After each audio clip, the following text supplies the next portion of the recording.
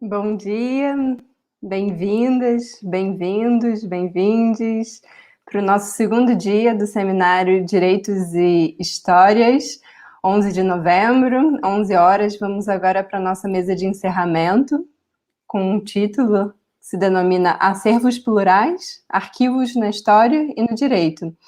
Aqui nós hoje estamos com as professoras Juliana Farias, da Unilab, Mariana Paz, do Max Planck Institute, e a Tula Pires, da PUC-Rio.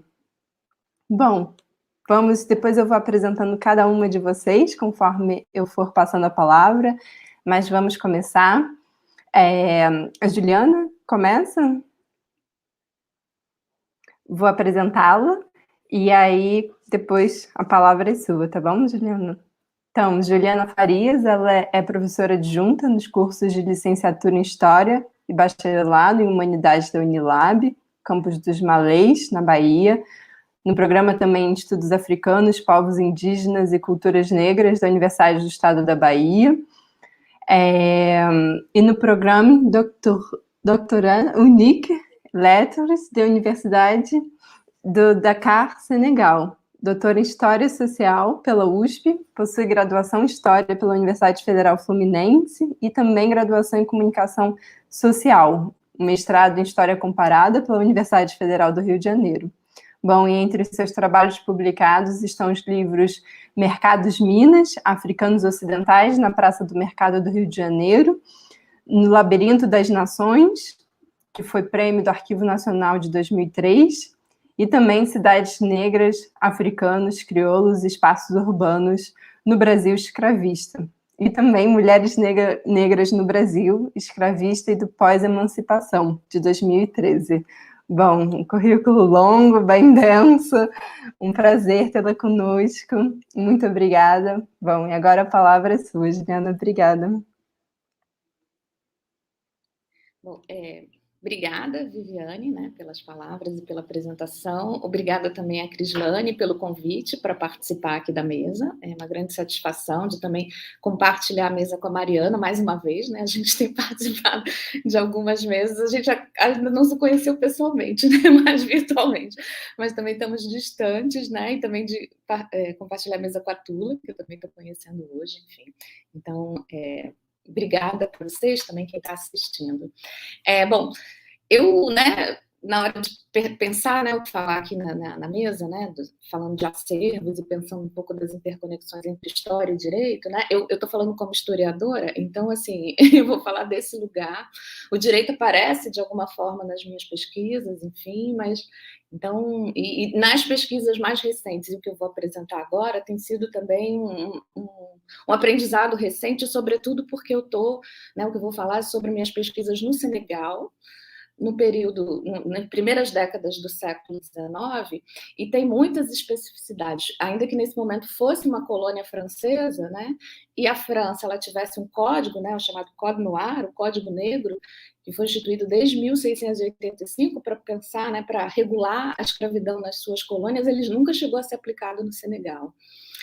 Ainda assim, ele significava, assim, pelos usos e costumes, o direito da escravidão no Senegal. Só que, então, ao longo do tempo, a gente tem várias discussões quando esse código é aplicado ou não, enfim, pelos próprios senhores, juízes, advogados, enfim. Então, assim, é um tema novo para mim, né? Não só porque eu estou adentrando nessa outra área do direito, e mais ainda pensando num outro espaço, né?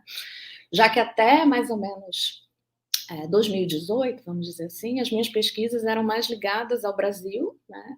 Mais especificamente ao Rio de Janeiro, e pensando africanos, né? Africanos Minas, como eram conhecidos africanos procedentes do Golfo do Benin, né? E mais ainda especificamente as mulheres minas libertas no Rio de Janeiro. E a partir de 2018 eu mudei um pouco bastante assim o foco da minha pesquisa, né, atravessando o Atlântico, e minhas pesquisas se concentraram no Senegal. Tem aproximações, porque eu continuo discutindo gênero, escravidão e liberdade, mas em outro espaço, em outras discussões. Então, eu vou falar um pouco mais dessas pesquisas no Senegal e de que forma eu tenho, né, pensando na documentação, tenho me deparado com documentos que discutam um pouco essas relações, né? E mais especificamente, que eu vou falar são de ações de liberdade e ações específicas, né? Eu tenho me deparado com 3 tipos de ações em que eu tenho, né, discutido algumas questões. Então, a minha pesquisa, né, sobre o Senegal, ela começou em 2018, né, com um pós-doutorado que eu realizei na Universidade de Lisboa. E, em linhas muito gerais, né, não vou falar tanto dessa assim, a ideia era discutir gênero, escravidão e liberdade nas primeiras décadas do século XIX, pensando um grupo de mulheres específicas, conhecidas como sinhares, né, que são mulheres africanas, mestiças, e as relações dessas mulheres com a escravidão. Então, eu fui para o Senegal, fiz pesquisa nos arquivos do Senegal, fiz pesquisa também nos arquivos da França, onde está parte da documentação sobre o Senegal desse período, e no meio da pesquisa, meus objetivos mudaram um pouco, né? Então, o que eu tenho feito, né, desde então, já publiquei alguns artigos, estou preparando um livro, enfim, é pensar mais do que só dessas mulheres, que eram mulheres meio da uma elite mestiça dessas regiões, pensar em histórias que eu chamo de histórias cruzadas, pensando os significados da escravidão e da liberdade para as populações escravizadas e também para senhores e senhoras africanos ou europeus. E aí, né, o que né, eu tenho também, o que se destaca nessa pesquisa é a própria voz, né, vamos botar entre aspas, dos escravizados, né, e dos libertos, falando sobre o que significava a escravidão e a liberdade. Então, em linhas muito gerais, a minha pesquisa se transformou nisso. Então, é importante também eu falar o que eu estou falando quando eu falo no Senegal, né, nas primeiras décadas do século XIX. Não era ainda esse espaço que constitui hoje o país, Senegal, né, enfim, mas correspondia, mais ou menos o que eu pesquiso, as áreas que eu pesquiso atualmente, 2 ilhas, né, Gorée e Saint-Louis, e alguns postos, né, portos e pontos de comércio, enfim, ao longo do rio Senegal, que era fundamental para a economia colonial francesa. Até mais ou menos 1816, né, a França e a Grã-Bretanha vão disputar esses espaços em diversos momentos, e até mais ou menos 1816, essas regiões constituíam o que a gente chamavam de comptoir, que seriam espécies só de entrepostos comerciais. E a partir, então, de 1816, quando a França volta a ocupar essas regiões, elas se tornam espaços coloniais, com governador, agentes coloniais enviados diretamente de Paris, tem estruturas, assim, ainda muito, né, ainda mais iniciais do que vai se desenvolver a partir, sobretudo, do século XIX. Mas, então, muda um pouco essas relações. E aí, como eu já falei também, o Código Noir, né, que vai regular a escravidão nas colônias francesas, nunca vai chegar a ser aplicado no Senegal, né? Então, as discussões sobre a escravidão e liberdade nas colônias francesas, elas vão depender né, das disposições de cada processo, das relações entre juízes e advogados, enfim, senhores, o governo está... E essas famílias mestiças, elas fazem parte das instâncias coloniais, tanto na justiça como nos espaços de administração. E aí, outra coisa importante de se falar é que, bem diferente das outras colônias francesas, né, nas Antilhas, por exemplo, como as ilhas de Guadalupe e Martinica, o Senegal ele não eram colônias ditas colônias com exploração agrícola, né? Os escravizados que vinham do interior do continente passavam por essas ilhas e eram levados, né, para as ilhas, né, das Antilhas, mas essas 2 ilhas elas não tinham qualquer produção para exportação. Mais tarde vai se desenvolver uma produção da goma, né, no interior do Rio Senegal, e vai ser fundamental para a economia dessas ilhas e da própria França.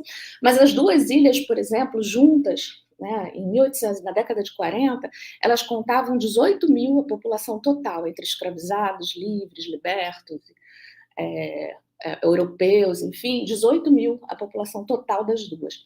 Martinique e Guadalupe, e desse total, a metade era de escravizados. Martinique e Guadalupe, cada uma contava 70 mil escravizados. Então, era uma diferença assim grande, né? Né, eu sempre destaco isso, né? O historiador, pensando nessas discussões sobre escravidão e liberdade, o historiador norte-americano Martin Klein, que tem trabalhos sobre o Senegal, ele diz que o Senegal sempre foi uma pequena consideração para os abolicionistas franceses. E, de fato, eles estavam muito mais preocupados com o que se passava nas colônias do Caribe, por exemplo, desde a Revolução Haitiana, que continuava sendo uma preocupação mesmo nas primeiras décadas do século XIX, enfim. Mas isso não quer dizer, e a documentação, e isso está muito claro na documentação, né, uma documentação bem vasta que eu pesquisei, que o que se passava nas colônias do Caribe e mais além não chegasse até as populações tanto escravizadas como libertas ou livres das ilhas do Senegal. Os processos e estratégias de liberdade, as discussões sobre o fim do cativeiro, as discussões dos movimentos abolicionistas. Então, assim, eu tenho diversos documentos, inquéritos, pesquisas, relatórios, depoimentos, enfim, em que tanto as autoridades coloniais como os ditos habitantes notáveis, como escravizados e libertos, eles falam de experiência, de discussões sobre escravidão e liberdade nas mais diferentes regiões do globo. Por exemplo, Gâmbia, Argélia e Tunísia, as comparações são muito próximas por conta da relação entre o Islã e a escravidão, mas eu tenho mesmo comparações com experiências até mesmo no Paraguai. Então, isso é importante, assim, para pensar como essas ações de liberdade, pensando num espaço colonial bem mais reduzido, que se a gente for pensar numa importância econômica, estratégia para a colônia francesa, ela também, né, eles também se conectavam quando a gente pensa nessas relações do mundo atlântico. Então, e nesses intercâmbios, assim, eu consigo detectar como as notícias sobre ações de liberdade e experiência chegavam também até os próprios escravizados. Trabalhando, né, eu fiz, como eu falei, eu fiz pesquisas no próprio Senegal, sobretudo no Arquivo Nacional, em Dakar, fiz também na cidade de Saint-Louis. A cidade de Saint-Louis tem, né, a Universidade Gaston Berger, em que eu fiquei um período também como professora visitante. Eles têm um centro de documentação. Também fiz, né, pesquisa de campo, vamos falar assim, e na França, né, os Archives d'Outre-mer, na cidade de Aix-en-Provence, ela reúne toda a documentação colonial. Então, de uma certa forma, assim, a documentação principal está em Dakar, e a documentação na França, ela complementa essa documentação que está em Dakar. E aí eu vou falar para vocês assim, né, para uma pesquisadora que nunca tinha ido, né, para pesquisar no Senegal, se deparar com um arquivo, com um mundo de fontes, assim, eu tive que fazer, né, claro, recortes, começar assim com pequenas amostragens, enfim. Então, uma documentação muito grande que eu trabalhei foram os registros de atos notariais, que você tem livros, enfim, quase anualmente, e nesses livros você tem todo tipo de documentação, porque todas as ações, né, compra, venda, alforria, registros de testamentos, inventários, todas passavam pelo greffe, né, que era o escritório, né, em que você tinha o escrivão nomeado pela administração colonial, e que todas essas ações eram registradas. Tem livros, eu tenho uma série, né, inteira, se chama Série K, que é inteira sobre escravidão, tráfico e liberdade. Então, ela vai desde o início do século XIX até o século XX, porque a escravidão é abolida nas colônias francesas em 1848, e aí o que significa que ela é abolida em Saint-Louis e Gouré, mas não é abolida nos reinos, né, nos chamados reinos do interior, como chama o Alu, o reino do Futa-Toro, enfim. Então você ainda tem e ao longo do século XIX, a França vai tentando conquistar, né, vão ter disputas, enfim, conquistar e ampliar sua colônia no Senegal. Então você tem a escravidão ainda permanece nessas regiões. Então, assim, antes de falar um pouco da especificidade da documentação, dizer para vocês que essa documentação ela se encontra bem dispersa, assim, né? Então, como essas duas ilhas elas são pequenas, a população é diminuta, então, assim, eu consegui fazer, né, nessa nossa metodologia de ligação nominativa, eu consigo localizar tanto os escravizados como os libertos e senhores nessa ampla documentação. Tem alguns volumes ligados ao Tribunal de Primeira e Segunda Instância de Saint-Louis, Gorée, tem livros só de alforrias, né, a abolição da escravidão no Senegal, ela foi com indenização dos proprietários. Então eu tenho, né, eu falo que eu tenho porque eu reproduzi essa documentação toda e até hoje eu ainda não consegui processar tudo. Assim, cada vez que eu mexo, eu acho novas questões. E aí, então, a indenização dos proprietários, ela gerou também vários processos, porque os antigos proprietários, e aí, sobretudo as mulheres, essas senhares, eles precisavam mandar é uma espécie de processo, então, dizendo quantos escravizados tinham, as características, enfim, para tentar receberem indenização. A indenização, né, o processo de indenização dos proprietários acabou também levando à criação de um banco no Senegal para o pagamento dessas indenizações, então também tem uma documentação sobre isso. Existia sim, né, porque boa parte da população, sobretudo de Saint-Louis, era muçulmana, cerca de 95% dessa população. Gorée tinha uma população católica um pouco cristã, né, assim, um pouco maior.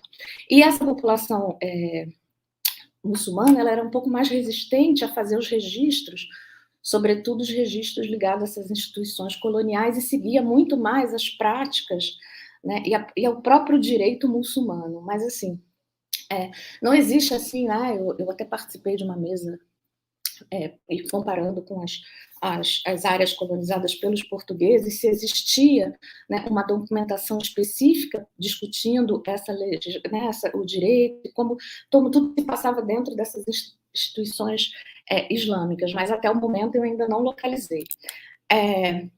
E aí, enfim, e pensando mais especificamente, né, como eu falei para vocês, tem uma tipologia, uma variedade grande de fontes, mas pensando mais especificamente no tema, né, não só da nossa mesa, mas do próprio evento, quais seriam, então, qual seria essa documentação, né, que eu venho trabalhando, que permite um pouco mais essa interseção entre história e direito.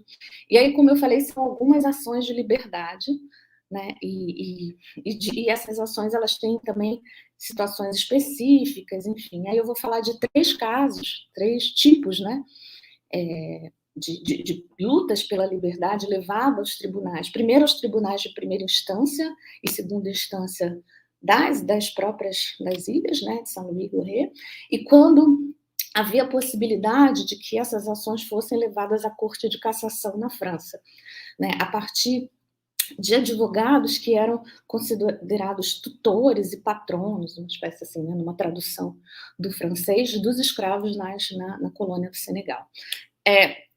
Eu preciso também, antes falar, não sei, depois, Viviane, você me fala do meu tempo, viu? Porque ainda quanto tempo eu tenho, mais ou menos, para poder descrever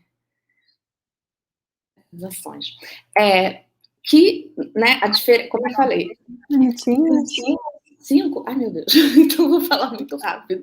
Os 3 tipos de ações, então, com que eu tenho trabalhado.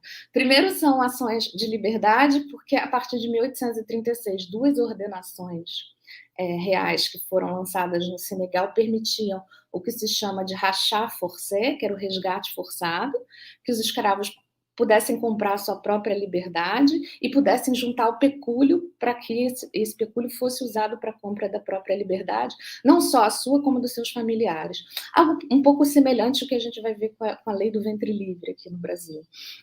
E caso, né, um juiz real, especialmente designado por isso, podia arbitrar esse valor. E caso esse valor não fosse... né, caso o senhor não concordasse com esse valor, eles podiam ser levados à justiça. Assim, eu não encontrei tantos processos desse tipo como, por exemplo, na Martinique e Guadalupe, mas há um processo específico, e esse processo é bem interessante, porque ele também foi uma jurisprudência criada a partir da defesa de uma escravizada chamada Virginie, na Martinica, a partir de um advogado abolicionista francês, Adolphe Gatine, que ele teve esse primeiro processo que teve uma grande repercussão, e ele criou uma jurisprudência que vai valer para as colônias francesas. Então, ela chega até o Senegal, e aí tem toda uma discussão, porque a mãe, ela consegue comprar sua alforria, mas a senhora não liberta a filha. Então, ele recorre ao Código Noir, e mesmo que o Código Noir não tenha sido instituído no Senegal, porque um artigo específico que era utilizado nas outras colônias para falar da impossibilidade de separação entre familiares, entre mãe e filha. Assim. O Adolfo Gattini, ele também vai defender um outro processo, e esse é um outro conjunto de processos que eu venho estudando, que também é bem interessante, que se chama da liberdade do solo, né? Então, de que, né, aí eu também teria que falar bastante coisa, mas assim, linhas muito gerais, numa legislação de que a França, né, todo escravo que pisasse o solo francês se tornava livre. Então, o Adolfo Gattini ele vai também defender um grande processo de leptos, que são marinheiros senegaleses, que vão num navio para a França, mas eles não desembarcam do navio. Então, toda a discussão gira em torno de se poderia aplicar a legislação da liberdade do solo nessas condições. Há também toda uma discussão sobre a própria natureza da escravidão no Senegal, levando-se em conta que não há uma discussão, o Código Noir não era aplicado, enfim. Então, é um outro tipo de documentação que também eu tenho trabalhado. E, para finalizar, né, vou ter que falar muito rápido, e esse vai ser difícil falar rápido, mas eu vou tentar. Existia uma categoria específica no Senegal chamada engagé à temps. Na tradução seria assim, trabalhadores contratados. Seria também, fazendo uma analogia com a própria história brasileira, seria muito próximo dos africanos livres. São trabalhadores emancipados, né, depois com a proibição do tráfico, né, então a partir na França, no caso francês, a partir de 1817, 1818, então eles são emancipados por estarem presentes nos navios, e aí eles, né, são transformados em trabalhadores contratados, mas eles só ganham essa liberdade definitiva depois de um período de 14 anos de trabalho. Eles ganham, o ato de transformação em engagé, eles ganham a sua carta de liberdade, mas que só é confirmada depois de 14 anos de trabalho. Existe essa possibilidade, e como também o tráfico foi proibido, né, nessas duas ilhas, em 1818, existia a possibilidade dos moradores e senhores dessas duas ilhas comprarem trabalhadores no interior, transformarem em engagé e darem esses atos de emancipação. Aí, então, a partir, né, e aí você tem toda, por exemplo, o filho do engagé, o filho do engagé se tornava engagé também, mas aí tinha um tempo para ser libertado. E você vai ter, então, diversos ardis, assim, dos próprios senhores para tentarem transformar esses engagé em escravizados, enfim. Então, eu também tenho ações de liberdade em que esses engagés, que às vezes passam o tempo de trabalho, às vezes são transformados em escravos ilegalmente, eles também abrem processos por direito à liberdade. Eu acho que assim, né, para concluir, porque acho que já acabou meu tempo, esses são mais ou menos esses, né, os tipos de documentação que eu tenho trabalhado mais diretamente, em que tenho pensado essas relações entre direitos e histórias. Como eu falei, eu ainda estou, né, processando e aprendendo um pouco mais sobre essas relações, já que inicialmente isso ficou muito distante um pouco das minhas áreas habituais de pesquisa, mas duas coisas eu tenho observado e aí eu de fato concluo. A própria, né, o que a gente vai chamar, e aí a historiografia da escravidão no Brasil também me ajuda bastante a pensar isso, a própria agência desses escravizados. Eu tenho documentos que falam que um dos agentes coloniais fala: o problema é que agora os próprios escravizados sabem o que fazer, então isso estava gerando novos processos, e como, né, apesar do Senegal ser uma pequena consideração, né, tendo em vista não só o aspecto demográfico, mas a própria natureza da própria colônia, esses africanos, eles tinham contato e eles falam, viu, de processos que estão acontecendo, e a gente vê estratégias muito similares, claro, que adaptadas ao contexto. Acho que eu passei um pouquinho do meu tempo. Obrigada, Viviane, obrigada, meninas, depois eu acho que eu posso voltar a falar mais um pouco. Por favor, com certeza. Foi pontual a resposta. Consegui, nunca consigo ser tão pontual. Não, perfeito, fantástico, Juliana, muito obrigada. Deu uma palhinha assim, mas já atiçou. Eu acho que depois a gente pode retornar nos debates. E aí, se você quiser estender um pouquinho mais, concluir com mais calma, por favor, né? Só atiçou a minha curiosidade nesse mundo de processos e de informações. Muito bom, muito obrigada. Obrigada, Viviane. Vou passar a palavra, então, agora para a professora Mariana Paz. E aí, ler um pouquinho também o currículo dela, apresentá-la. Ela é coordenadora do grupo de pesquisa Law and the Creation of Dependency in the Ibero-Atlantic e pesquisadora, como eu disse, do Max Planck Institute for Legal History and Legal Theory. Ela também é doutora em História Social pela USP e também pelo Max Planck Institute. É mestre em História Social pela USP e, entre outras publicações, ela é autora do livro Escravidão e Direito, o Estatuto Jurídico dos Escravos no Brasil Oitocentista, de 1860 a 1888, que foi publicado pela Alameda em 2019. Bom, Mariana, é um prazer tê-la aqui conosco. Agora eu passo a palavra. Muito obrigada. Obrigada, Viviane. Só uma pequena correção. Eu sou mestre e doutora em Direito, só para não roubar o título de outras pessoas. Eu aqui com a minha colinha, claro, sim, por favor. Não, tranquilo. Bom, antes de mais nada, eu queria agradecer muito a Viviane, a Crislaine pelo convite. É um prazer estar aqui hoje, dividindo a mesa com as colegas. E eu vou apresentar um pouquinho do trabalho que eu tenho realizado nos últimos anos. Também é um trabalho um pouco preliminar, então vai ser muito bom ouvir as perguntas e o debate para, enfim, para ter um retorno que com certeza vai ajudar no desenvolvimento. Não sei se dá para compartilhar o PowerPoint. Isso. Pode passar, já pode ir para a próxima. Pronto. Bom, em 11 de outubro de 1848, a escrava Maria da Conceição foi até a casa de João Antônio da Fonseca queixar-se de maus tratos, pois seu senhor lhe castigava de maneira excessiva e desumana.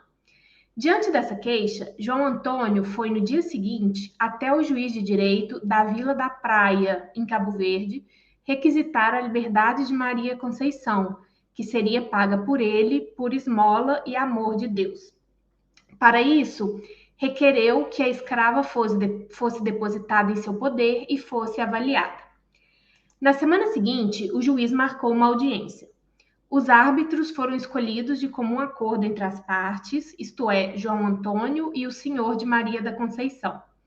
Alguns dias depois, em outra audiência, os árbitros juraram perante os evangelhos que, abre aspas, nas suas sãs consciências, sem ódio, malícia ou afeição a pessoa alguma, avaliariam o justo valor de Maria da Conceição. Os árbitros passaram então a avaliação e foi determinado que o valor para sua liberdade seria 60 mil réis, pois a Maria da Conceição lhe faltavam dentes e ela estava já adoentada. O valor foi pago e a carta de liberdade de Maria da Conceição foi emitida. Casos como o de Maria da Conceição, nos quais escravos recorriam aos tribunais para requisitar sua liberdade, ou livres e libertos procuravam essas instituições para evitar tentativas de escravização e reescravização, eram bastante recorrentes no mundo atlântico. Em minha fala de hoje, pretendo apresentar um panorama desse tipo de recurso dos escravos aos tribunais, ressaltando algumas especificidades dos processos judiciais encontrados no Arquivo Nacional de Cabo Verde e no acervo do Tribunal da Comarca de Benguela. Para entendermos melhor a formação dessas coleções e o que possibilitou que Maria da Conceição e milhares de outros escravizados recorressem aos tribunais no mundo atlântico, é necessário compreender como estava estruturada a administração colonial portuguesa, em especial no que dizia respeito à chamada administração da justiça. Como sabemos, a expansão colonial portuguesa começou no século XV e o tráfico transatlântico de escravos foi o pilar dessa expansão. O tráfico de escravos africanos para a América determinou não só a organização econômica do mundo atlântico, mas também a organização administrativa colonial. O chamado Atlântico Sul, pode passar o slide? O chamado Atlântico Sul foi constituído a partir das rotas do tráfico negreiro, que, por sua vez, eram determinadas pelos ventos e correntes marítimas. Como podemos ver no mapa elaborado pelo historiador Luiz Felipe de Alencastro, as rotas de comércio seguiam essas determinações geográficas, produzindo sociedades coloniais específicas nos territórios atlânticos. Essas rotas de comércio, porém, não eram só de comércio. Nos navios negreiros também viajavam os funcionários coloniais que assumiriam cargos na África e na América, e entre eles estavam juízes e escrivães responsáveis pela administração da justiça. Pode passar o slide?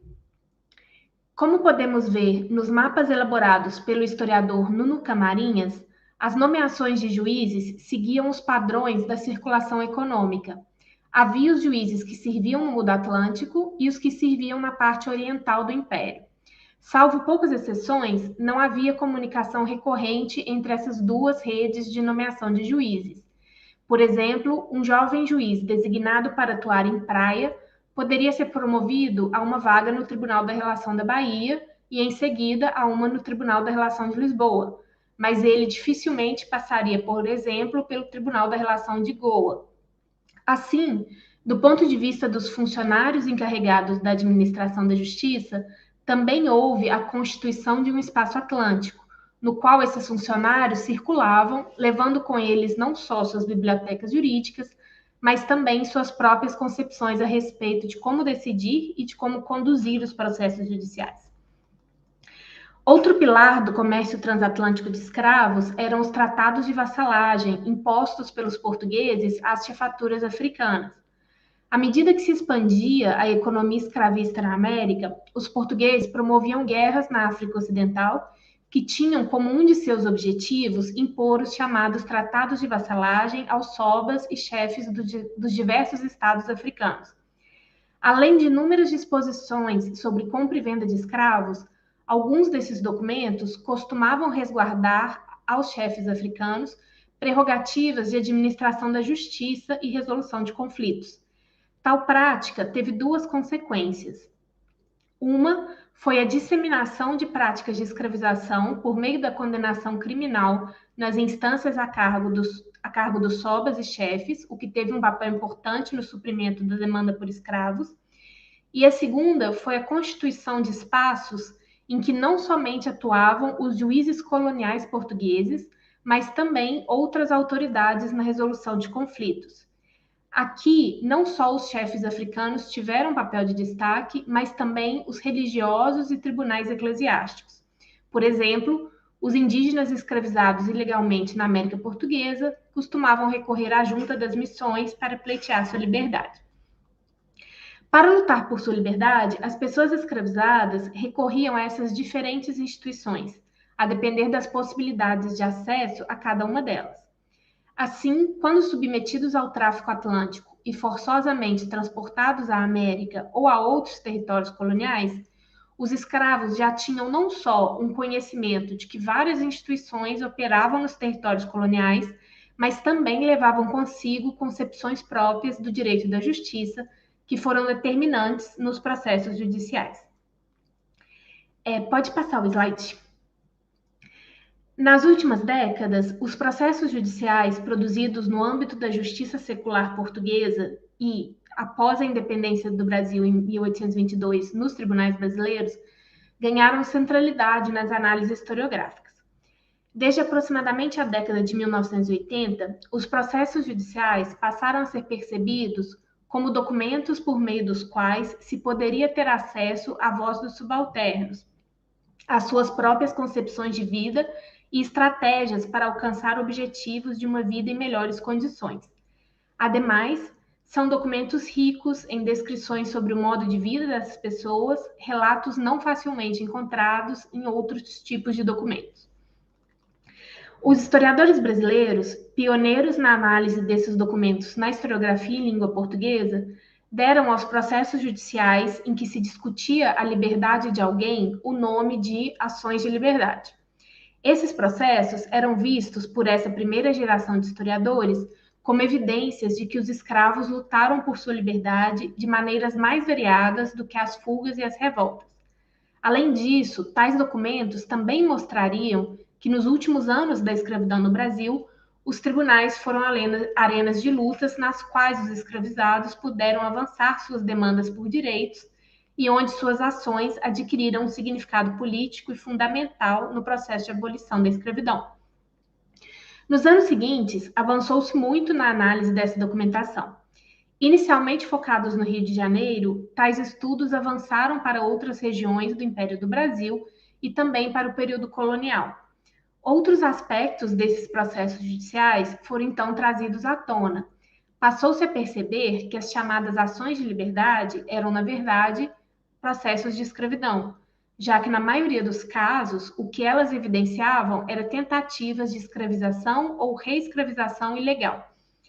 Elas mostravam como era precária a experiência da liberdade no Brasil. Mesmo que juridicamente livres, africanos ou seus descendentes sempre corriam o risco de serem escravizados ou reescravizados de maneira ilegal. Por isso, mais recentemente, os historiadores brasileiros têm analisado esses documentos com perguntas mais voltadas a esse aspecto dos processos judiciais. Também nos últimos anos, a organização e catalogação de acervos judiciais em arquivos da África lusófona tem evidenciado novos aspectos desse tipo de processo judicial, tão comum nas jurisdições que estiveram sob o domínio colonial português, e também sobre estratégias específicas das pessoas escravizadas ou em risco de o serem para garantir sua liberdade. Antes de falar sobre como esses acervos podem elucidar novos aspectos sobre as experiências de escravidão e liberdade no mundo atlântico, vou apresentar brevemente alguns desses projetos. Em Benguela, o Tribunal da Comarca guarda uma extensa coleção de processos judiciais que vão do século XIX à primeira metade do século XX. Considerando a importância dessa coleção, a Universidade Cachavala Biuila organizou um projeto interinstitucional para empreender uma organização inicial dos documentos e produzir um inventário da coleção. Essa equipe de pesquisadoras foi composta por Joelma Matos, professora na então Universidade Cachavala Biuila e atualmente professora no ICED de Benguela, Mariana Cândido, professora na Emory University, e por mim. O primeiro passo que realizamos foi organizar esses processos em pilhas identificáveis por números, que é essa imagem que vocês podem ver no slide. Em seguida, produzimos uma base de dados com informações sobre os tipos de processos judiciais, o ano em que iniciaram, a jurisdição perante a qual foram processados e o nome e gênero das partes. No total, identificamos 2.034 processos judiciais. Neste momento, estamos transpondo esses dados para um inventário que será publicado como anexo a um estudo mais amplo de introdução à história do direito em Angola. Entre esses 2.034 processos judiciais, existem 33 casos que discutiram o estatuto jurídico de escravidão ou liberdade. Porém, é importante esclarecer que o documento mais antigo dessa coleção data de 1850. Nós não sabemos o que aconteceu com os documentos anteriores a esse período, já que havia juízes em Benguela desde pelo menos o século XVIII. Pode passar o slide. Já no Arquivo Nacional de Cabo Verde, os processos judiciais estão organizados em 2 fundos, que correspondem às comarcas do período colonial: Fundo Tribunal da Praia e Fundo Tribunal da Ribeira Grande. Essas coleções ainda não possuem catálogo e, por isso, não é possível precisar exatamente o número de processos judiciais que as compõem. No momento, esses processos estão armazenados em 3.317 caixas. Em parceria com o historiador José Évora, estamos preparando uma base de dados sobre essa documentação. Até o momento, o processo mais antigo que encontramos data de 1703, e o mais recente iniciou-se em 1959. As ações de definição de estatuto jurídico, ou seja, os processos que discutiam escravidão e liberdade, também integram esse acervo, apesar de ainda não ser possível precisar o número exato desse tipo de processo. Até agora, Pode passar o slide, por favor? Até agora, pude identificar no Arquivo Nacional de Cabo Verde e no acervo do Tribunal da Comarca de Benguela os seguintes tipos de ações para se conseguir a liberdade de alguém. Como vocês podem ver, os tipos processuais mobilizados pelas partes variavam bastante dependendo da jurisdição, sendo o Rio de Janeiro o juízo que apresenta os tipos mais variados. Esse levantamento preliminar dos tipos de ações, por si só, já evidencia como esses acervos de processos que tramitaram em África são extremamente relevantes para a escrita da história dessa região, mas também para a escrita da história brasileira. A possibilidade de comparação da experiência brasileira de luta judicial pela liberdade com a de outras jurisdições do mundo atlântico pode evidenciar especificidades que essas demandas por direitos adquiriram no Brasil Império. De qualquer maneira, a despeito das diferenças entre os tipos de ação utilizadas pelas pessoas escravizadas ou em risco de escravização, alguns aspectos do procedimento judicial são coincidentes nessas três jurisdições. Por exemplo, esperava-se que os chamados libertandos, que eram aqueles que discutiam judicialmente seu estatuto de livres ou de escravos, fossem retirados da casa de seus senhores e depositados em poder de terceiros ao longo da tramitação do processo judicial.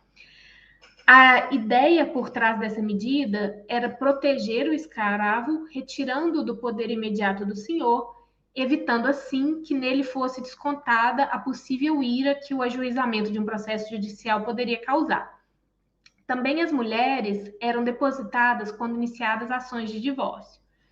Porém, apesar de ser uma medida de caráter protetivo, ela acabava por reafirmar a condição de coisa dos libertandos, já que o depósito é um instituto originalmente associado ao direito dos bens. Além disso, ao ajuizar um processo judicial, todo libertando era tratado como suposto escravo, independentemente de estar vivendo em escravidão ou em liberdade. Assim, um liberto que queria impedir uma tentativa de escravização acabava por ser depositado e ter sua autonomia restringida. No Brasil, alguns libertos eram depositados na cadeia pública.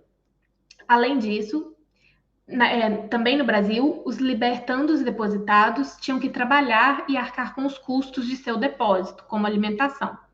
Tal exigência acabava por gerar inúmeros conflitos entre libertandos, senhores e depositários. Em Cabo Verde, por exemplo, no ano de 1864, o curador dos escravos e libertos iniciou um processo judicial para pleitear a liberdade de Amália, escrava de Antônio Belo Fontes. No momento do processo, entretanto, Amália não vivia na casa de Antônio Belo Fontes, mas de Ana Maria de Jesus. Aí, Amália estava sendo maltratada e, por isso, o curador requisitou seu depósito em casa de pessoa idônea ao juiz do processo.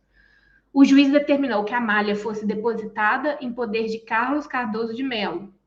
Porém, não satisfeito com a indicação do depositário, o curador pediu que fosse levantado o depósito e que Amália fosse entregue a ele, curador. Também a existência de um curador dos escravos e libertos, como o que atuou no caso de Amália, era comum nas jurisdições portuguesas, como em Benguela e no Império do Brasil.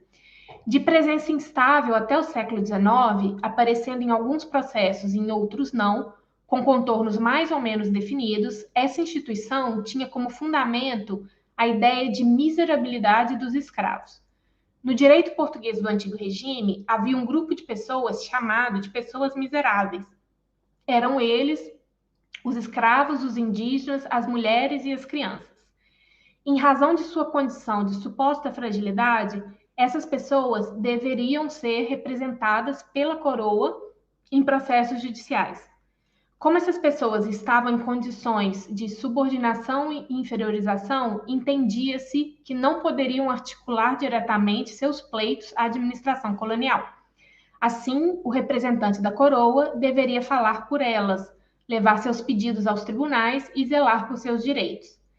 Ao longo dos séculos, essa instituição recebeu nomes variados e maior ou menor grau de formalização. Mesmo nos casos em que não atuava um curador que era empregado da coroa, os libertandos deveriam ter um curador particular, um representante, alguém que falasse por eles nos processos. Ao longo do século XIX, o cargo oficial de curador foi ganhando cada vez mais formalização e institucionalização. Nas jurisdições africanas, o cargo de curador dos presos pobres, escravos e libertos foi criado pelo decreto de 30 de dezembro de 1852. Nos casos em que não atuava o curador, era bastante comum que os libertandos fossem representados por seus familiares. Redes de solidariedade e o auxílio de parentes eram fundamentais para que um libertando conseguisse levar sua demanda por liberdade à justiça e, eventualmente, conseguisse uma decisão favorável. Apesar de certa semelhança na estrutura dos processos, dos procedimentos e dos oficiais que atuavam nos mesmos, é interessante notar como os argumentos invocados pelos libertandos eram distintos nas diferentes jurisdições. Nos processos que tramitaram perante o Tribunal da Relação do Rio de Janeiro, por exemplo, os argumentos eram bastante variados. Pleiteava-se a liberdade com base em testamentos deixados por ex-senhores e frequentemente contestados por herdeiros, com base no implemento de condições estipuladas em alforrias condicionais e também com base na legislação emancipacionista, como as leis de proibição do tráfico e a lei do ventre livre. Em Benguela, bastante recorrente era o uso do decreto de 14 de dezembro de 1854, que determinava o registro obrigatório dos escravos e declarava que eles seriam considerados libertos caso o registro não fosse feito. Esse foi o caso, por exemplo, de Teresa Calesso e Bibiana Catumbo, que em 1866 requereram a declaração judicial de sua liberdade ao juiz de Benguela por terem sido registradas como escravas. Em Cabo Verde, nos processos que analisei até agora, chama bastante atenção a forte presença da ideia de caridade, algo não tão presente nos processos de outras jurisdições. Em 1847, por exemplo, Apolinário da Silva Cardoso pretendia libertar sua mãe, Felicidade, entre aspas, por um ato pio e de gratidão filial. Já no caso de Maria da Conceição, estou quase terminando. Já no caso de Maria da Conceição, com o qual iniciamos essa apresentação, João Antônio da Fonseca afirmava que a pretendia libertar por esmola e amor de Deus.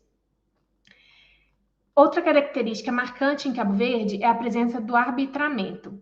Apesar de também presente em outras jurisdições, nos processos cabo-verdianos, a prática parece ser menos contestada pelos senhores do que em outros locais, como o Brasil. Nos processos de Cabo Verde, uma vez arbitrado e pago o valor, a carta de liberdade era entregue ao escravo, independentemente da vontade do senhor. No Brasil, havia quem defendesse que, mesmo que o escravo apresentasse o valor de sua liberdade judicialmente, o senhor não tinha obrigação jurídica de dar a manumissão. Se aceitava ou não o valor dependeria exclusivamente do seu arbítrio. Esse cenário só se modificou no Brasil após a Lei do Ventre Livre de 1871. Bom, todas essas questões que eu levantei são análises bastante preliminares dos processos judiciais que podem ser encontrados no Arquivo Nacional de Cabo Verde e no Tribunal da Comarca de Benguela.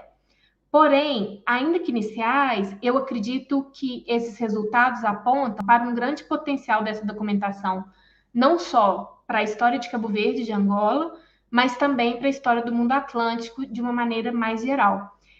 Desculpa por ter passado um pouquinho e foi isso. Obrigada.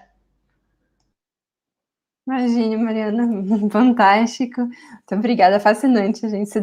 Se fosse por mim, Juliana e Mariana ficavam aqui o dia inteiro apresentando as pesquisas. Muito obrigada. Bom, vamos dar continuidade, então, à nossa mesa, acervos plurais, arquivos na história e no direito. Agora com a professora Tula Pires, minha ex-professora, querida colega do Departamento de Direito. Ela é professora nos cursos de graduação e pós-graduação do Departamento de Direito da PUC, é coordenadora adjunta de graduação e também é coordenadora geral do NIREMA, que coorganiza esse evento conosco. Ela é doutora e mestra em Direito Constitucional e Teoria do Estado pela PUC-Rio, graduada em Direito pela PUC, foi professora visitante júnior no African Gender Institute, na University of Cape Town, em 2020, com o apoio da CAPES, tem experiência na área de direito constitucional, atuando principalmente nos seguintes temas: pensamento afrodiaspórico, racismo, mulheres negras, decolonialidade, teoria crítica da raça, direitos humanos e teoria do reconhecimento. É autora, entre outros, do livro Vozes do Cárcere, Ecos da Resistência Política, 2018. Bom, prazer, sempre, Tuba. Muito bem-vinda, muito obrigada. Agora a palavra toda sua. Bom dia, obrigada, Vivi. Queria agradecer muito você e a Crislane por essa iniciativa, por aproximar, né, o quinto ou sexto andar. A gente brincava nos bastidores que a gente fica no mesmo prédio, Direito à História na PUC do Rio, mas nem sempre a gente teve um diálogo tão próximo, né? Os diálogos próximos são sempre muito pontuais e a gente vem tentando estreitar as relações, as pesquisas, as produções. Para mim tem sido muito rico. A gente acabou de ter uma parceria também com Conexões Atlânticas através da Larissa Correia e do Diego Galhano, e agora, né, com Viviane Crislane, e tem sido muito interessante a gente produzir coisas juntas, seminários, reflexões, ouvir um pouco mais as nossas produções, os nossos problemas de pesquisa, né, as nossas angústias, e é muito bom também nessa oportunidade poder ouvir a Juliana, poder ouvir a Mariana, aprender com elas muita coisa também. A gente tem uma formação, digamos assim, no direito que não nos habilita, né, de uma maneira direta a lidar com arquivos, né? Então a gente, num primeiro momento, morre de medo de lidar com arquivos, né, de estar no meio de historiadores e historiadoras, mas quando, uma vez que a gente perde o medo, né, e começa a entrar nesse mundo, a gente também é picado, como vocês, por essa vontade, né, por tudo que possibilita, né, pelas descobertas, né, enfim, não vou precisar dizer para vocês o que o arquivo produz, né, na gente, quando a gente está mergulhando neles. Então, é muito bom que a gente possa fazer isso e possa seguir estreitando esses laços. Crislane e Viviane me pediram um pouco para falar da experiência da pesquisa Cartas do Cárcere, dentro dessa discussão mais ampla, né, de como a gente lida com os arquivos, e os arquivos nessa interconexão entre direitos e histórias, né. E aí eu queria, antes um pouco de falar como é que a gente trabalhou, quais foram as opções que a gente teve nesse projeto, queria trazer um pouco das perguntas, né, de algumas perguntas que são essas perguntas que nos acompanham. De um lado, elas podem parecer superadas, de repente, para o pessoal da história, mas para o direito elas não só são ainda novidades, são questões que a gente precisa enfrentar, precisa escolher a nossa forma de lidar com isso, mas também o fato da gente fazer outras perguntas para esses arquivos também nos trazem outras responsabilidades que não necessariamente passam, né, pela leitura, né, que historiadores e historiadoras fazem desses mesmos documentos, desses mesmos arquivos. Então, quando a gente está no campo do direito, né, e aí, no meu caso especificamente, tentando lidar com trajetórias de pessoas negras no contexto brasileiro, né, na sua relação com a diáspora africana, a primeira questão que coloca é o que a gente considera documento.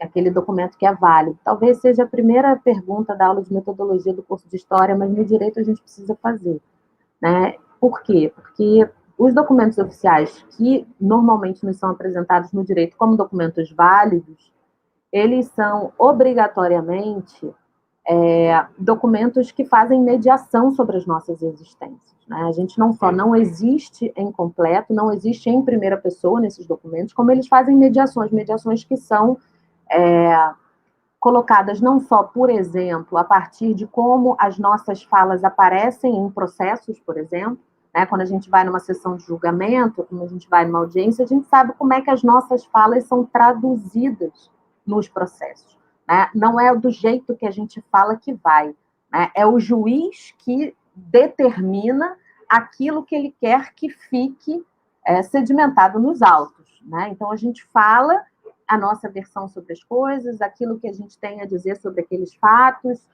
o tipo de argumento que a gente quer levar, e o juiz já faz uma mediação do que foi dito para ser constado nos autos, né? Então, não só tem uma dimensão de uma linguagem que a gente não consegue acessar, porque definitivamente a linguagem que vai para os autos não é a linguagem que saiu das pessoas que falaram. Tem toda uma mediação que é anterior a isso, né? Porque na dinâmica de processos, a gente sabe que o próprio repertório do sistema de justiça hegemônico naquele determinado período também determina o que pode ou não ser dito, né? A gente não tem, principalmente no direito brasileiro, a possibilidade de falar livremente sobre os fatos, sobre o que gerou aquele tipo de conflito, né? São perguntas muito específicas. Quando você quer aduzir determinados aspectos e argumentos, você é interrompida, quando não absolutamente violentada, né? Pelo juiz, pelo promotor, enfim, em grande medida pelo próprio advogado, que vai chegar para você e vai falar: não fala isso não, segura a tua onda, né? Então, tem muitas mediações que o próprio direito constitui em relação a essas experiências, a esses relatos, que fazem com que a gente se pergunte o que a gente pode considerar documento, se o nosso interesse não pela narrativa oficial que se produziu sobre aquele fato, aquela experiência, aquelas pessoas, mas se a gente quer, de alguma maneira, entender aspectos que sejam aspectos que só pudessem ser trazidos por essas pessoas. Sem contar também o fato de que, quando a gente não tem como confrontar esses documentos com outros possíveis documentos feitos em primeira pessoa, e aí vamos pegar, por exemplo, Imprensa Negra, né, que nos ajuda um pouco a calibrar isso quando existe, quando é possível. Quando a gente não tem, a gente fica diante aí, né, de outras armadilhas de pensar o que é, né, o que a gente pode considerar como documento. E o direito, por não ter muito essa tradição de se perguntar e de se questionar sobre isso, a gente também fica muito refém dos arquivos oficiais, digamos assim. Então, é como se a gente só tivesse acesso aos processos, né, como se a gente não pudesse, ou laudos, né, ou questões que estão muito vinculadas ao funcionamento do sistema de justiça, quando a gente sabe que boa parte da dinâmica de produção, tanto sobre direito quanto justiça, liberdade, ou privação de liberdade, nos seus sentidos mais amplos, elas precisam ser pensadas a partir também de outros documentos, né? Então, a gente precisaria, no direito, ampliar muito a nossa própria percepção acerca do que é arquivo, né? E como a gente mobilizar, como a gente lidar com essas coisas.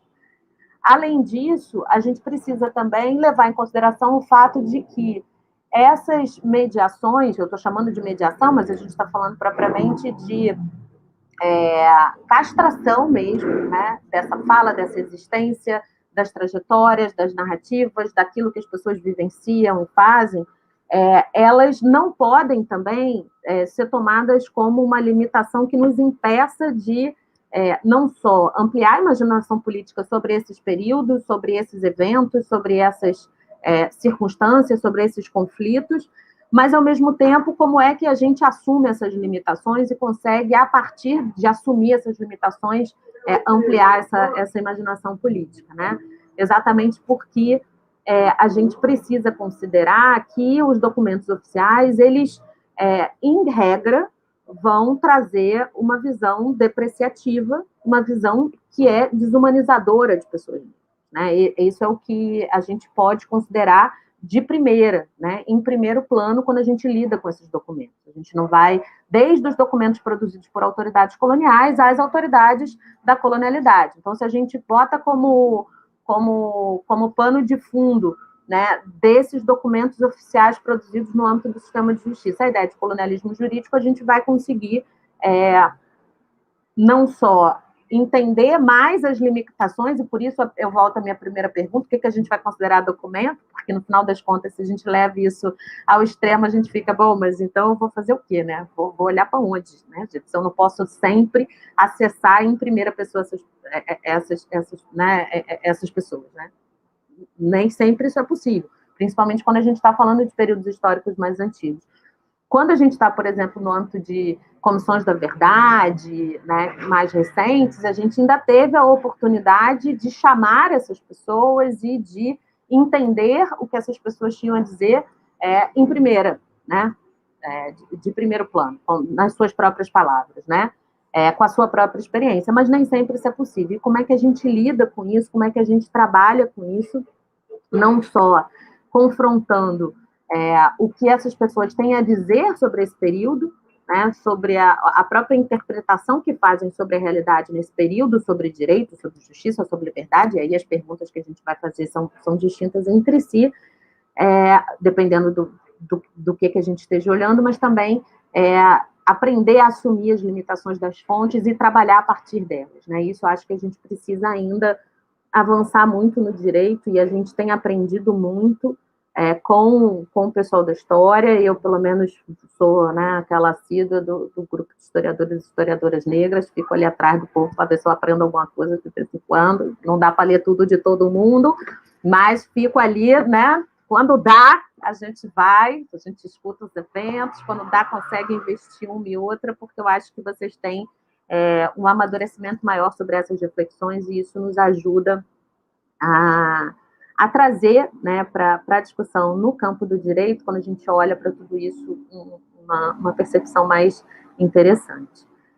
No projeto Cartas do Cárcere, a gente foi um edital aberto, então a gente, de alguma maneira, não teve essa questão relacionada a como escolher o arquivo, né? De alguma maneira, o arquivo já vinha no próprio edital, né? Então, era um edital aberto que nos oferecia a possibilidade de ter acesso a cartas escritas por pessoas privadas de liberdade e endereçadas a instituições públicas. Então, eram cartas que não eram da rede de afeto pessoal, né, dessas pessoas privadas de liberdade, mas cartas que elas enviavam do lugar de privação de liberdade para instituições públicas.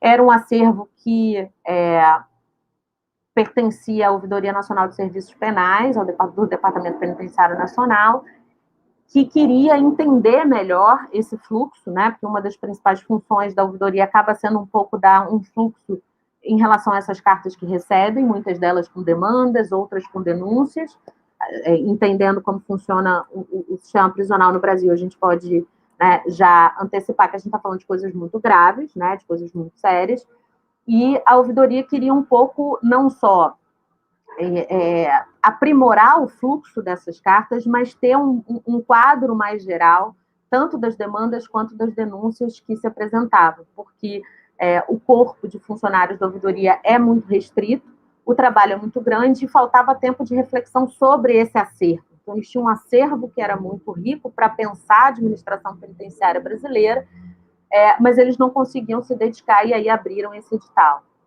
E, para nós, várias coisas chamaram a atenção. Primeiro, a possibilidade da gente lidar com esses documentos que não são tão comuns da gente lidar no direito. Então, como fazer uma pesquisa sobre o sistema prisional no Brasil através de cartas, e cartas enviadas por pessoas privadas de liberdade para instituições públicas.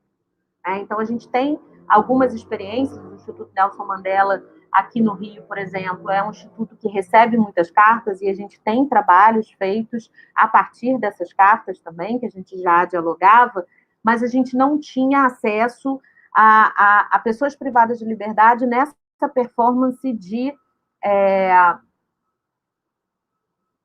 colocar o próprio sistema de justiça, as próprias instituições públicas brasileiras, em confronto com as suas próprias promessas, né? Então, se vivemos um Estado democrático de direito e a prisão se justifica oficialmente, formalmente, a partir da manutenção desse estado de coisas, como é que esse Estado fica quando ele mesmo não cumpre as regras que ele impõe para que essas prisões se realizem? Então, é um pouco esse modelo de performance, de disputa acerca, né, dos limites da privação de liberdade, que essas pessoas estão fazendo e fazem diuturnamente em relação a essas instituições, que são documentos que a gente não tem acesso, porque como elas mandam para as instituições, é muito difícil a gente ter acesso de como elas performam isso, que tipo de litigância se dá nesses termos, que são litigâncias não mediadas nem pelo sistema de justiça, no sentido de poder judiciário, né, sistema de justiça sim, mas não pelo poder judiciário, também não passam, por exemplo, por advogados ou por um repertório que é também, que parametriza um pouco o que essas pessoas podem ou não dizer acerca dessa experiência. É claro que a gente não tem a ingenuidade de achar que elas também não performam, né? Claro que elas estão performando, e performam diferente de quando escrevem cartas para os seus familiares e redes de afeto. Elas, quando vão se endereçar, né, a instituições públicas, questionando o não respeito a direitos por parte dessas mesmas instituições, é claro que há ali toda a adoção de um repertório, de uma linguagem, de uma forma de se direcionar a essas instituições que certamente é distinta daquelas que possivelmente elas utilizariam se tivessem enviando correspondências às suas redes de afeto. Além disso, a gente precisa entender os limites do que essa comunicação significa num ambiente de privação de liberdade. A gente está falando de cartas de sobreviventes, porque boa parte dessas cartas sequer chegam a essas instituições públicas. A gente sabe que se você quer direcionar uma carta que a chance dela é de ter uma denúncia, de ter uma demanda que pode gerar algum tipo de confrontação daquele ambiente institucional em relação à violação de direitos, muito possivelmente elas não vão sequer sair, né, dos muros da unidade prisional. Essas cartas que a gente analisou são de 2016, né, e havia, em 2016, cartas, então 2016, gente, né, 18, entendeu? 2016, negócio de estabilidade democrática em tese, tá? Havia cartas com envelopes com carimbo, né, censurado. Então, não era um ato, né, para ter um carimbo, porque a gente não está falando de um ato isolado, a gente está falando de uma dinâmica institucional que fazia, né, a filtragem dessas cartas. Foram 8.818 cartas no ano de 2016, e nelas a gente tentou um pouco dar conta disso, entender o funcionamento, entender as demandas, entender as denúncias, entender que, para além de demandas e denúncias, tem essa micro-história, né? Tem esse cotidiano, que é também, de alguma maneira, revelado, né? Mas o olhar que a gente projetou sobre essas cartas era menos no sentido de que elas nos dissessem sobre a micro-história dentro da unidade prisional, mas muito mais sobre o que esse cotidiano dentro de unidades prisionais dizem sobre o funcionamento da sociedade brasileira fora das grades, né? Exatamente porque a gente quis dar a essas cartas o estatuto de documentos, não só históricos, como documentos políticos. Tem ali uma interpretação sobre um tempo vivido que é sustentado não por quem está preso ou privado de liberdade, mas é sustentado por quem vive, né, a liberdade e mantém a sua liberdade sustentada na privação da liberdade de tanta gente, né, de uma população prisional extremamente significativa. Então, a possibilidade para nós de não só lidar com um acervo que é um acervo pouco utilizado para nós para pensarmos o funcionamento do direito penal, da criminologia, do direito constitucional e de tantas outras áreas do direito, mas também de, a partir dessas cartas, a gente poder ampliar a nossa imaginação política sobre o que é democracia, sobre o que é a Constituição, sobre o que é Estado de Direito, sobre o que é liberdade, sobre o que é privação de liberdade, sobre o que é justiça, sobre o que é uma série de outras coisas, foi, eu acho que o maior aprendizado que a gente teve com esse trabalho, além, de alguma maneira, de fazer com que essas linhas, né, aquilo que estava contido nas cartas, pudesse, em grande medida, orientar a maneira pela qual toda a pesquisa foi construída, né? Então, a gente não colocou perguntas anteriores às cartas, foram as cartas que foram determinando, em grande medida, os rumos daquilo que seria apresentado ao longo do projeto, tem sido para a gente aí ainda um grande aprendizado no sentido de entender melhor como lidar com esse tipo de documentação, né, com as especificidades que essa documentação tem, com todos os silêncios que essas documentações reverberam, com todas as limitações que a gente sabe que estão contidas e que a gente precisa aprender a ler, né, porque a gente precisa aprender a ler a tinta da caneta, que é diferente, porque em determinadas unidades prisionais só entra a caneta numa determinada cor. A gente precisa entender por que algumas pessoas, ou em algumas unidades, há muito mais o uso de um repertório mais jurídico, né, no sentido de mais bacharelesco mesmo, né, do que em outras unidades.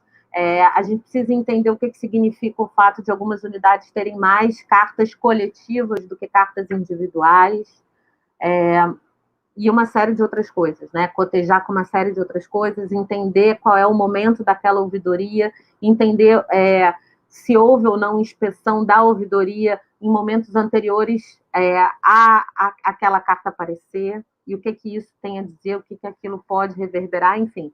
Né, faz com que a gente tenha a capacidade aí de investigar dimensões dessa narrativa que normalmente, né, a gente não faz no campo do direito, e quando a gente é capaz e tem a oportunidade de fazer, traz muita coisa, informa muita coisa e permite que a gente reposicione boa parte das nossas análises. Acho que é isso.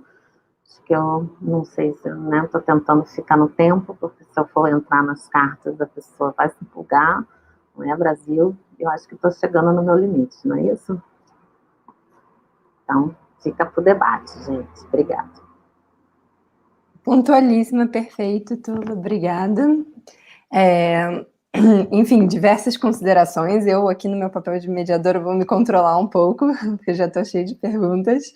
Mas eu acho que a gente pode aproveitar agora esse tempinho, não sei se já dos comentários, do público, tem alguma questão, que aí eu acho que poderíamos aproveitar o tempo restante para fazer mais uma rodada de falas, até talvez seguindo a ordem das apresentações.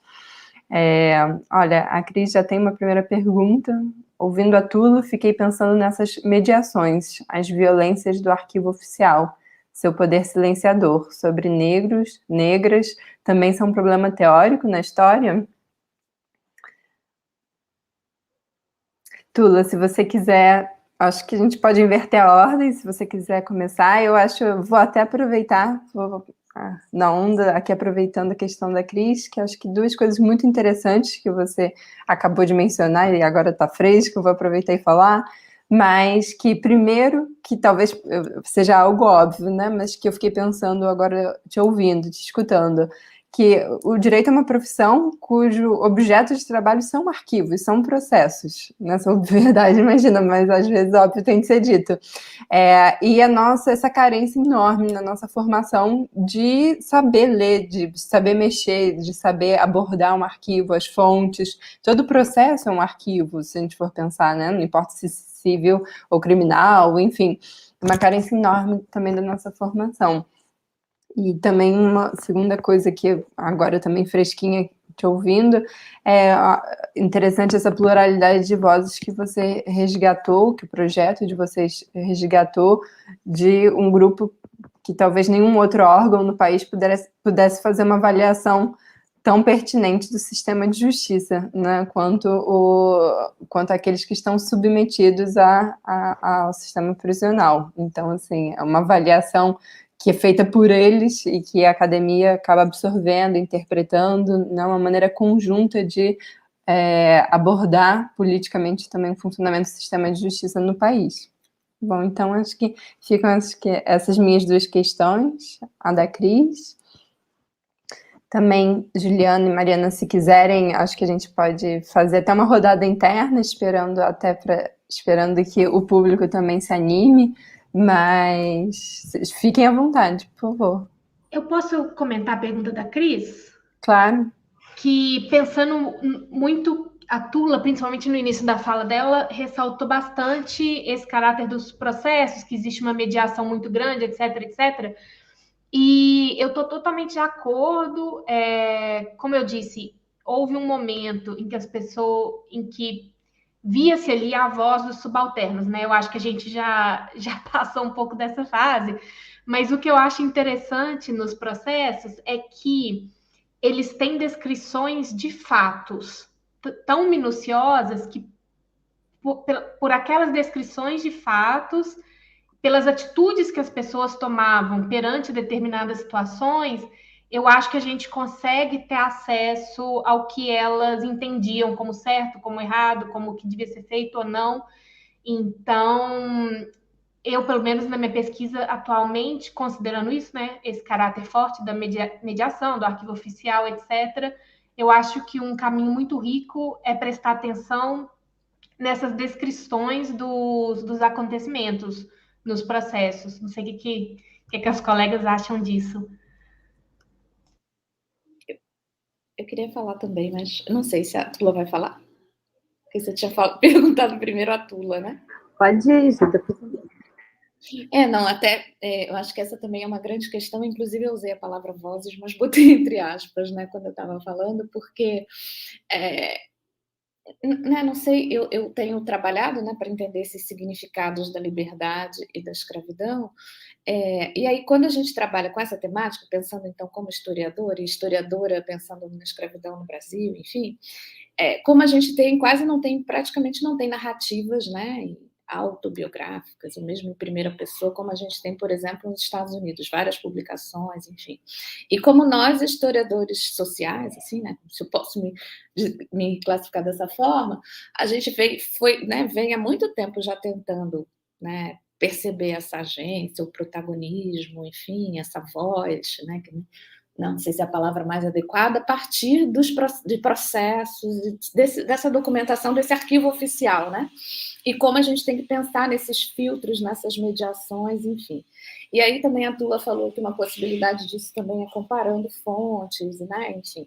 E aí eu penso assim, por exemplo, quando eu chego ao Senegal e começo a trabalhar essa documentação variada que eu falei para vocês, enfim, que não é só uma documentação judicial, mas também eu tenho também esses depoimentos. Então, eu tenho, por exemplo, um trabalho que eu acabei de fazer sobre a proibição do tráfico e esses trabalhadores engajei. Eu tenho os depoimentos dos africanos escravizados que estavam dentro do navio. Então, eles têm os seus relatos. E aí eu sei, então, que pensando isso, que a gente tem as mediações, né, como eles foram entrevistados. Eu trabalho com outro documento, que é um inquérito que foi realizado com toda parte da população dessas duas ilhas e que eles puderam falar. E aí tem coisas bem interessantes que no próprio documento a gente percebe a mediação. Por exemplo, eles vão até os locais de trabalho dos escravizados para entrevistá-los. Eles vão já dizendo que eles não vão entender o que eles perguntam porque eles têm um grau de inteligência inferior. Eles não sabem falar o Wolof, que é a língua, né, da maior parte. Então, eles precisam de intérpretes. Então, eles transcrevem esses depoimentos, que alguns, às vezes, repetem o que o anterior falou. Mas, ao mesmo tempo, nas entrelinhas, você consegue perceber, então, um pouco, não só dos fatos, mas de considerações, que ali também está presente de alguma forma, e acho que esse é o trabalho um pouco nosso do historiador, e aí pegando esses indícios e comparando, de que você tem, que aí o que é uma coisa que eu discuto é que, ao contrário do que os entrevistadores acreditavam, eles às vezes eram muito mais inteligentes do que eles estavam pensando. Então, quando eu falo por exemplo, dessa questão da liberdade do solo, um desses entrevistados, ele cita como se fosse algo bem de passagem, mas que mostra que ele também estava porque a pergunta não era essa, sabe? A pergunta era assim, como vai ficar a ilha depois que acontecer a abolição? Aí ele fala, o risco é que a ilha vire um local de solo livre, que as pessoas do interior queiram migrar para cá. Então, já tinha um processo circulando de escravizados sobre o solo livre, já se sabia o que era o solo livre, e a ilha virou uma ilha de solo livre, porque depois da abolição, como na França, então virou também. Então, eu acho assim, que o papel, né, não sei, diferente. Claro que a gente tem um pouco de concepção diferente de como analisar o documento, enfim, a gente sabe dessas mediações, mas às vezes é possível você conseguir, né, nessas entrelinhas, na comparação, enfim, perceber aonde está a voz, entre aspas, né, onde você consegue perceber que vai além do que, né, da apropriação ou da reformulação que esses agentes fazem, assim. Enfim, um pouco, acho que essa discussão daria muitas coisas, mas é um pouquinho que eu queria falar. Não, eu não estou buscando purismo, não, né? Porque é isso, acho que todo mundo performa o tempo inteiro e performa de maneira diferente nos vários contextos em questão. Não tem purismo do lugar daquilo que é da verdade, né? Da única voz, não é por aí. Mas acho que a gente, pelo menos no direito, precisa avançar muito no assumir as limitações, né? Porque as limitações também ensinam, sabe? Então, quando eu chamo a atenção desses aspectos, eu não estou chamando para descreditar a fonte, mas ao contrário, para chamar atenção para níveis de investigação que normalmente, quando a gente não coloca essas perguntas na centralidade, a gente talvez não fale sobre, né? Então, quando eu estou chamando a atenção dessas perguntas, não é para dizer que os processos não nos servem, muito pelo contrário, até porque a gente nem tem uma tradição no direito brasileiro de investigação histórica, né, historiográfica sobre os processos, a ponto de eu dizer que, olha, gente, já fizemos o suficiente sobre isso, não, nem pensar. Acho que tem um aprendizado enorme nisso. Mas a questão é que eu acho que a gente precisa avançar nisso, chamando atenção para isso, para o funcionamento dessas limitações, que não necessariamente a gente faz, né? Normalmente, eu não costumo encontrar muito isso sendo colocado em destaque. E, para mim, como a nossa leitura é uma leitura, sim, que quer entender esse tempo histórico, mas quer entender o funcionamento do sistema de justiça nesse tempo histórico, isso é fundamental. É fundamental entender quem está falando, se tem tradução, se não tem tradução, de onde veio, sobre o que está, né, o tipo de repertório que está mediando, confrontar com outras dimensões, quem fala, quem não fala, fala em nome. Então, a própria existência dos curadores, dos tutores, né, da impossibilidade que se dava a muitas dessas pessoas escravizadas, delas mesmas naqueles processos, né, não precisava do tutor e do curador apenas para representar formalmente o processo, mas em boa parte dos casos são elas que não, né? Então, assim, levantar aspectos para entender o funcionamento do sistema de justiça, que, para mim, esses documentos são muito ricos, sabe? Então, é o contrário, não é o descrédito da fonte, é o contrário. Eu estou querendo pegar essas fontes, né, e dar uma esgarçada, obviamente, naqueles assuntos que são os assuntos que as minhas preocupações mais diretas pelo campo, né, buscam olhar. Então, é claro que eu acho que o primeiro trabalho que eu li nesse sentido foi o Liberato, da Keila Grieber, que me deu um boom, e eu acho que tem muita coisa para fazer. Mas é isso, aí depois, todas as vezes que eu fui relendo tentando fazer essas perguntas, sabe? Porque isso interessa muito para a gente entender também, inclusive, as estratégias finas de advocacy que essas pessoas fizeram. Porque do mesmo jeito que eu estava falando, né, e que para nós, por exemplo, na pesquisa da Cartas do Cárcere, foi fundamental entender alguns filtros, obviamente, muitos deles nos escapam, porque, né, a capacidade de produzir violência, principalmente em ambiente prisional no Brasil, não tem limites, né? Então, boa parte dos filtros a essas cartas, aos bilhetes, a possibilidade de comunicação de pessoas privadas no Brasil, definitivamente a gente não conseguiu dar conta de todas, mas entender o filtro disso ajuda, inclusive, a gente a perceber essas tais estratégias, né, que as pessoas se utilizam para fazer com que determinadas informações cheguem. Né? Então, tem formas que se utiliza para fazer a informação chegar, que também diz muito sobre aquilo tudo. Então, na verdade, não é o descrédito da fonte, mas a gente, no campo do direito, aprender a explorar mais a própria limitação do funcionamento processual mesmo, né? do funcionamento do sistema de justiça. Né? A gente sabe, qualquer um de nós que vai hoje numa delegacia consegue entender muito das limitações, né, que a gente tem quando está fazendo um depoimento diante de um inquérito. Imaginem na condição de pessoas escravizadas, enfim, uma mulher liberta, num período de... quer dizer, é um pouco resgatar isso e ver o quanto que isso organiza um modelo de manutenção de processos de desumanização e o quão são sofisticadas as estratégias mobilizadas por esses grupos quando, né, conseguem, de alguma maneira, romper, né, esses muitos filtros, né, do que chega para a gente, o quanto que a gente consegue aprender e aprender com eles a lidar com as limitações do direito hoje, né? Porque não tem uma diferença no sentido de maior ou menor abertura para, né? A gente sabe que as mediações elas continuam e elas continuam muito violentas. Então, boa parte do aprendizado que a gente tem enquanto pessoas negras de mobilização do sistema, né, oficial de direitos, na promoção de direitos para nós, a gente aprendeu lá atrás, usando o direito contra o direito. Foram nessas estratégias que a gente conseguiu alguma coisa. A gente não conseguiu pelos caminhos oficiais. A gente faz a luta política para transformar em norma jurídica essas lutas oficiais. Mas a gente aprende com essa galera. Então, eu estou querendo, na verdade, não descreditar as fontes, ao contrário, mas dar uma esgarçada nessas limitações para entender mais as estratégias, porque me parece que são essas as estratégias que a gente também tem muito a aprender, precisa resgatar agora, para lidar com as limitações que o direito vai impor. Então, é mais um sentido de aprender a assumir as limitações, para pensar a partir das limitações, e não para deixar e não para paralisar diante delas, sabe? Mas pensar a partir delas, porque eu acho que a gente consegue trazer outras dinâmicas. Era um pouco isso.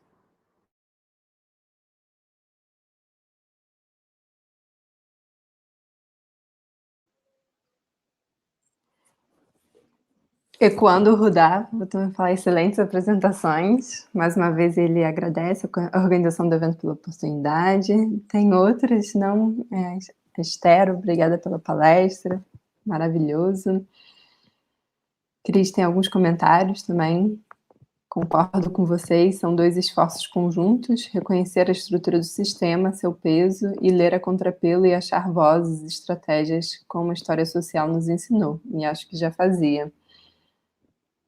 João Reis já dizia sobre os escravizados, viviam uma situação limite. Matheus, apresentações fantásticas. Parabéns a todas. Excelente. Eu não sei se vocês querem fazer mais uma rodada de comentários. Mariana, Juliana, se quiserem, fiquem muito à vontade. Agora eu não vou ficar mais no controle dos tempos, não. Também não gosto. Pergunta para a Tula. Tula, é que você falou que vocês analisaram cartas de 2016. E o que aconteceu? Tinha cartas antes e depois? Elas não entraram no edital? O que aconteceu com os outros anos? O que aconteceu é que a ouvidoria ela não tinha fluxo, né, de organização dessas cartas. Então, quando eles tentaram implementar em 2017, porque esse edital a gente começou em 2018, mas ele foi fruto de uma reflexão interna que foi em 2017. Então, em 2017, quando eles começaram a ver a necessidade disso e tal, eles criaram um novo modelo para organizar as cartas, né? E em 2018, o único período que a gente tinha totalmente organizado, de janeiro a dezembro, era 2016. Então, os anos anteriores, a forma de arquivamento mesmo das cartas, ele não tinha muito, né, não tinha controle, não tinha um procedimento que a gente pudesse controlar de alguma maneira, sabe? Para dar conta de efetivamente essas cartas foram todas desse período, sabe? E aí, como o projeto foi em 2018, a gente teve acesso a esse acervo. E aí isso foi um pouco algo que a própria ouvidoria colocou, sabe? Não foi uma limitação temporal que o grupo pôde, de alguma maneira, negociar, nem o acervo, nem a limitação, né? Era o que a gente tinha de catálogo possível, digamos assim, né? Ou de um catálogo que a gente conseguiria, de alguma maneira, apresentar os critérios de organização, aquilo que tinha, então, um pouco mais inventariado, sabe? Era que a gente conseguiria trabalhar com um pouco mais de segurança. Então, foi um pouco nesse sentido.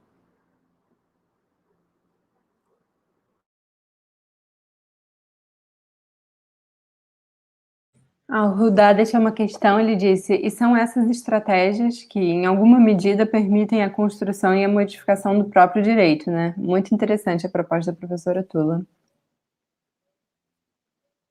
Um pouco a ideia é essa, né? A gente entender que não só o sistema de justiça é uma arena de luta, sim, sempre foi, né? Não é novidade. Então, o bom da gente voltar nesses processos históricos, né? É a gente entender que essa é uma arena de luta há muito tempo, mas a gente entender também que as estratégias que, inclusive, permitem que, historicamente, essas pessoas acessem essa arena de luta, elas são construídas para além do sistema de justiça também. Né? Porque é isso que essas estratégias dizem para a gente. Tem toda uma rede que se constitui para que essas ações sejam viabilizadas, que a gente precisa entender quando a gente vai, hoje em dia, por exemplo, discutir acesso à justiça. Né? A gente precisa entender também que rede é essa, que viabiliza ou inviabiliza o acesso à justiça. Né? Então, é um pouco nesse aprendizado mesmo, né? Um pouco... Ontem, Tula, o Rudá estava também, e eu acho que esse tema que vocês tocaram dialoga perfeitamente também com as discussões das mesas de ontem, que nós, assim, a mesa da tarde ficou também um pouco tateando as questões da filosofia, liberdade, direitos, e a possibilidade de criação de algo novo, de resistência, de produção de novos direitos, frente a uma determinação enorme das estruturas. Então, acho que hoje vocês acabaram, de certa forma, dialogando com ontem também. André deixou uma pergunta. Há a ideia de que as sociedades africanas já possuíam a prática da escravidão em suas próprias culturas antes mesmo do contato com os europeus, e que isso teria facilitado o trabalho dos colonizadores. Até que ponto isso é verdade? E como a cultura escravagista islâmica também pode ter contribuído? Olha, acho que essa é uma, assim, né, pela da hora, essa é uma questão longa, assim, né, eu acho que, e é uma discussão que nos últimos tempos tem provocado, né, polêmicas, negacionismos e tudo mais, né. A gente sabe que as sociedades africanas tinham escravidão já antes da chegada dos europeus e várias outras sociedades, né, a gente for pensar no mundo, a gente pode pensar Roma, por exemplo, enfim, as sociedades islâmicas também tinham a escravização, enfim. Eu não sei nem como abordar isso, porque seria complicado. Eu falo, né, no Senegal que tinha, mas, assim, pensando nas duas ilhas, vou partir desse local específico, porque eu acho que para a gente entrar nessa discussão, a coisa mais importante é pensar cada contexto, né? Acho que o grande risco que se tem feito dessa discussão em tempos mais recentes é generalizar, né? Então, a gente não pensa nas questões específicas, a gente não pensa o que significava essa escravidão para determinadas sociedades africanas e o que chegou, né? E o que aconteceu depois da chegada dos europeus, a conquista, enfim. A gente tem toda uma discussão historiográfica, com historiadores que vão considerar sobre isso ou não, enfim. Mas pensando essas sociedades que eu estudo, né, para a gente ficar num aspecto, né, num contexto mais circunscrito, por exemplo, as duas ilhas elas eram praticamente desabitadas quando os europeus chegam. Então, assim, elas começam a se desenvolver a partir da relação que os europeus vão estabelecer com o comércio atlântico, tanto comércio de escravizados como comércio de outros produtos. Então, assim, formas de trabalho, de escravização que já existiam, muitas vezes assim, no interior, elas vão acabar sendo transformadas, elas vão adquirir novos sentidos por conta, sobretudo, então, dessa abertura para o Atlântico.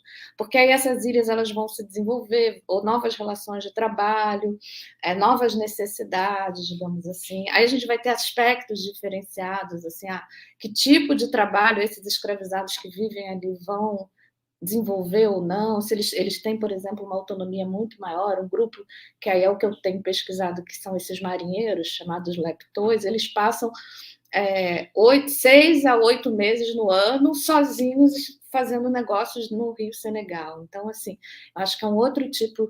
Enfim, eu acho que a gente tem que pensar nesse contexto. É óbvio que a gente já vai ter os contatos com esses reinos anteriores, mas, enfim, eu acho que eu só vou falar um pouco isso, porque eu acho que essa é uma discussão assim que a gente teria que ampliar muito mais, e o que corre o risco de cair nesse simplismo assim mais recente de meio de quase culpabilizar, né? Eu acho que isso é uma discussão que eu acho que não faz sentido. A gente tem que entender que o comércio transatlântico de escravos, a escravidão nas colônias, nas sociedades escravistas, ela vai alterar muito as relações que se estabelecem em diferentes sociedades africanas, independente se tivessem já escravidão doméstica, escravidão, enfim, a escravidão como uma instituição nessas sociedades, mas elas vão alterar profundamente, né? Porque aí você vai ter uma indústria quase, né, para produzir essa mão de obra escravizada. Enfim, não sei se a Mariana quer falar um pouco sobre isso também. Assim, eu concordo totalmente. E eu acho que é importante, eu não sei quem fez a pergunta, André, ter em mente o seguinte: a palavra escravidão, ela se refere a fenômenos históricos muito diferentes entre si. Então, quando a gente fala tinha escravidão na África, não necessariamente é uma experiência análoga ao tráfico transatlântico, que foi uma tragédia sem precedentes, demográfico, um processo de comodificação, não sei se é bem essa palavra, muito intenso. Então, a gente tem que também historicizar o que significava escravidão em cada contexto. E ter em mente que o tráfico transatlântico foi uma experiência única e de uma violência extrema que causou danos demográficos, humanos, ambientais, tudo na África. Então, enfim. Eu vi que também teve uma outra pergunta do Tiago, não sei se eu já posso responder. Tiago, a catalogação, a gente vai ficar... Eu vou só ler a pergunta dele, eu vou ler, só para... ele disse: a catalogação e organização apresentada pela pesquisadora Mariana Paes está disponível? Pesquisadores externos podem contribuir? A catalogação ainda não está disponível, mas vai estar. Como eu mencionei, a de Benguela especificamente, a gente vai publicar como um anexo a um trabalho monográfico, a um livro que a princípio vai chamar Introdução à História do Direito de Angola, e esse livro a gente vai publicar Open Access. Então, ele vai estar disponível online, gratuitamente. Enfim, as coisas sempre tomam mais tempo do que a gente gostaria, mas a gente espera que em breve esse inventário saia, e a mesma coisa para o de Cabo Verde, também vai ficar disponível online, Open Access, etc. E no âmbito do projeto que eu tenho coordenado aqui no Max Planck, a gente também está trabalhando com catalogação de processos na Guiné-Bissau. Eu não cheguei a mencionar, porque eu ainda, como foi uma apresentação muito focada nas ações de liberdade, na Guiné eu ainda não cheguei a trabalhar com esse tipo de processo, mas então, a princípio, vão ser essas 3 iniciativas que vão sair nos próximos anos. Não prometo quanto, porque, como eu disse, tudo demora muito mais tempo do que a gente espera, mas os inventários vão ficar disponíveis online, sim.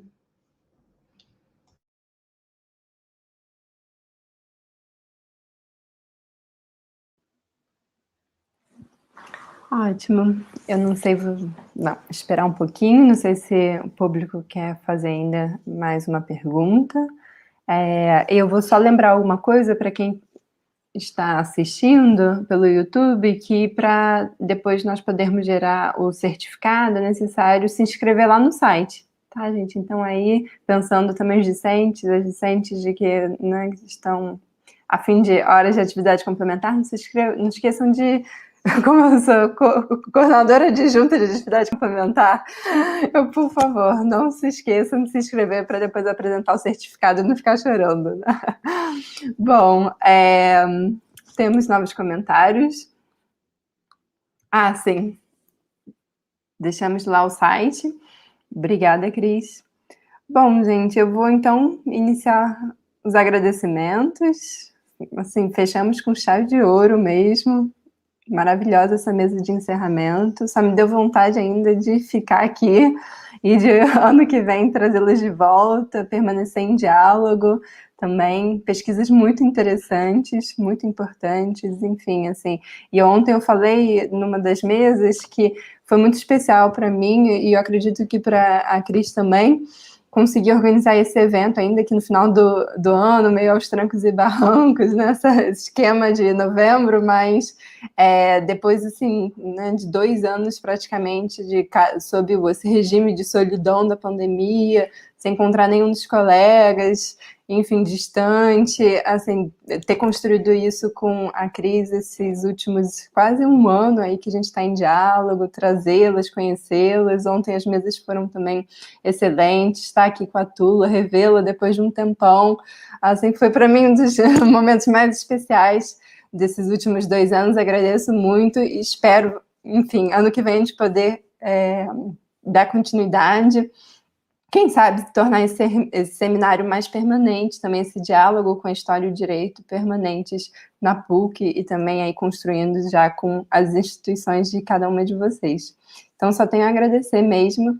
E não sei se a Cris quer falar alguma coisinha, aparecer aí dos bastidores, mas é isso.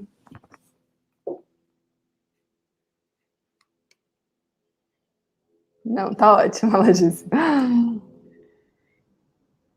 Tá bom, então eu encerro, declaro encerrados os trabalhos e muito obrigada. Obrigada a todos os presentes. Obrigada, foi ótimo. Obrigada, gente, foi ótimo. Prazer estar com vocês, conhecer, que a gente consiga continuar conversando bem de pertinho.